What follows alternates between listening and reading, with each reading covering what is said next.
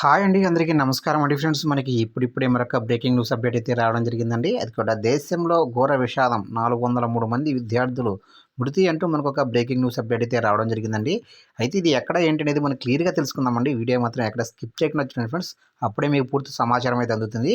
ఇక ముఖ్యంగా వీడియో నచ్చినట్లయితే ఒక లైక్ చేయండి ఫ్రెండ్స్. లైక్ చేయడం వల్ల ఈ వీడియో మరికొంతమందికి అయితే రీచ్ అవుతుంది.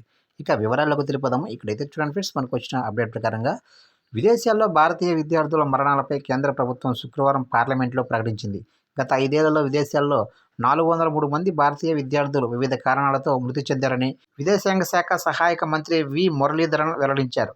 మూడో రోజు పార్లమెంటు బడ్జెట్ సమావేశాల్లో భాగంగా రాజ్యసభలో ఒక ప్రశ్నకు మంత్రి మురళీధరన్ లిఖితపూర్వక సమాధానంలో పేర్కొన్నారు. 2018 నుంచి విదేశాల్లో 403 మంది భారతీయ విద్యార్థులు మృతి చెందగా అత్యధికంగా 91 మంది కెనడాలో మృతి చెందినట్లు తెలిపారు. ఇంగ్లాండ్లో 48 మంది, రష్యాలో 40 మంది, అమెరికాలో 36, ఉక్రెయిన్లో 21 మంది భారతీయ విద్యార్థులు మృతి చెందారని పేర్కొన్నారు.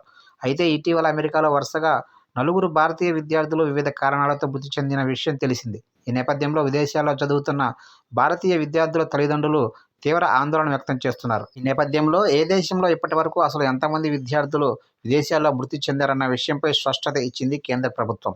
చూశారు కంటే మొత్తం మీదుగా భారతీయ విద్యార్థులు విదేశాలకు చదువులకైతే వెళ్తున్నారు. అయితే వివిధ కారణాలతో దాదాపుగా 403 మంది విద్యార్థులు ఇప్పటివరకు చనిపోయినట్లు అధికారిక ప్రకటన అయితే విడుదలైతే చేసింది కేంద్ర ప్రభుత్వం.